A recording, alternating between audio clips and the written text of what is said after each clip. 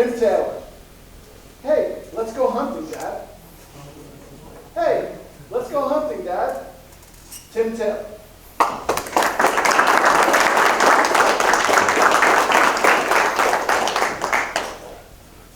When the weather gets chilly, it's deer hunting season. Hey, Dad, let's go deer hunting. You know, son, I've been a long time ago, but I'm just not really that into it. Hey, Dad, we have a relative right outside of Memphis, got 250 acres. Let's go, let's go. This was last January. We have to go up there about 4 times to prepare the land to go deer hunting. So we fly up to Memphis, and we go out there, we clear about 2 acres of land, and we plant some clover to bring in the deer. So we make it back to Orlando, gonna go for a second trip. Hey, Dad, we need deer stands. They're not that expensive. Will you get them, Dad? Sure, hundreds of dollars for deer stands. Then we had to go for a third trip, do some more things. Finally, the trip is ready to go. The 4th trip was our trip to actually go hunting. The trip was the week before Thanksgiving. Thanksgiving this year is at our house. We get back Wednesday night. Thanksgiving is Thursday. My wife put me under the threat of death if I'm late for Thanksgiving or if I miss it. And she also broke her leg. She can't do very much, so she's hobbling around. So we fly up to Memphis. You have to get up at 3:30 in the morning. You actually have to be in your deer stand before the sun comes up. Deer have excellent hearing, excellent eyesight. If they hear you or they see you, they are gone. So I get up 3:30 in the morning, head out to the deer stand. It's 27 degrees. For a Floridian, that is really cold. I'm climbing up the deer stand. Every step has got frost on it on the way up. And I'm thinking, oh, this is a lot of fun, isn't it? My son's really enjoying it, but it's not so much fun for me. So I'll get up in the deer stand. This is early Saturday morning, or actually early Friday morning. I sit there all day Friday, all day Saturday, all day Sunday, all day Monday. I didn't see anything. My son saw deer every single day. And he said, the only reason I didn't shoot one is they were just too small to shoot. I was like, fantastic. So the last day we were there, it was actually Wednesday, the last day we were there, we were gonna leave in the afternoon. About 7 o'clock in the morning, I'm sitting in the deer stand, all of a sudden I hear, pow! I said, man, that had to be my son. It was way too close.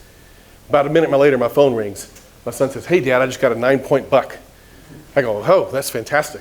So I go down there, see the deer, it's a beautiful deer. We have to go up to the barn and get this truck. We drove the truck down to pick up the deer, and we load it in the truck and drive it back to the barn. You have to hang it up and gut it out, and then we threw the deer in the truck, because we're gonna actually eat the meat. We're gonna take it to get processed. And now there's blood all over the truck, okay? So we take the deer to get processed, and we look down and we go, you know, we only have about 2.5 hours before our flight takes off. We gotta get back. So we drive back to the barn, and we get the rest of our gear. And I said, you know what, son, I'm really frustrated. I said, this is our 4th trip up here. I haven't even shot my gun. I said, I haven't seen anything. I haven't shot anything. I gotta at least shoot my gun. So he says, okay. So we set some bottles up about 50 yards away, and my son gets up there, perfect shot every time. So he helped me put a scope on my gun, and I'm not used to shooting with a scope on my gun. So I'm standing up there and I'm wobbling a little bit, and I keep missing, and I said, you know what? I'm gonna lean the gun against the edge of the truck here. So I go up to the truck. Now the truck bed is like this. I'm standing right here and I got the gun on this edge, and I'm shooting across the truck to the bottles that are over here. So I'm lining up and my son says, Dad, I wouldn't shoot from there if I was you. You might hit the truck. I said, son, I've been shooting for 50 years. Get away from me. So he says, Dad, I don't think I would shoot from there if I was you. Bang, I shoot the gun. All of a sudden this kind of mist comes around me. And I'm standing there and I look across. There's a perfect hole in the inside of the bed of the truck. And so he walks around the other side of the vehicle and he says, Dad, you might want to come over here. When the truck came out the other side, the bullet split in 2. It made 2 giant holes in the side of the truck. Did I tell you this? This truck was a rental. We rented the truck at the airport. Now it's time to leave. Now we look down, we have 1 hour and 45 minutes before we actually take off.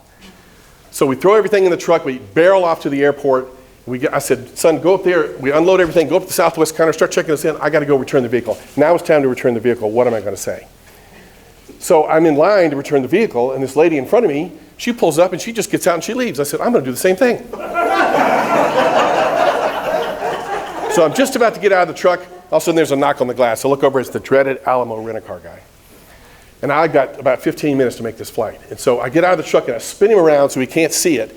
And I said, listen, buddy, that flight takes off in like 20 minutes. I got to get out of here. So I grab this one little bag I had. I'm running toward I'm about 30 yards away from him, and all of a sudden he goes, "Hey!" And I went, "Oh, God."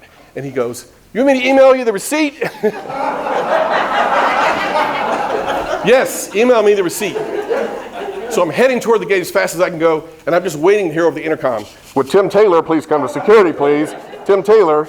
I've just left a truck full of blood and bullet holes. So I get to the gate, my son's waiting there. He's like, "Come on, Dad, come on." We get on the plane, we're the last people on the plane. They're closing the door behind me. We get on the last seat. I'm sitting there, I think, "Oh God, I'm gonna get out of here. I'm not gonna miss Thanksgiving." And all of a sudden, I look down, my phone starts ringing. And it's a 901 area code, which is Memphis. And I go, "Well, that's either Alamo or the police." I just hang up.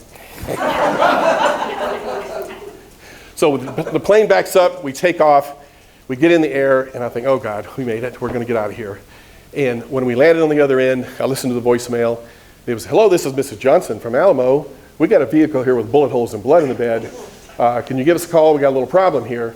So I gave her a call. She said, "Hey, I think it's hunting season. You guys are cool, but your insurance is paying for this."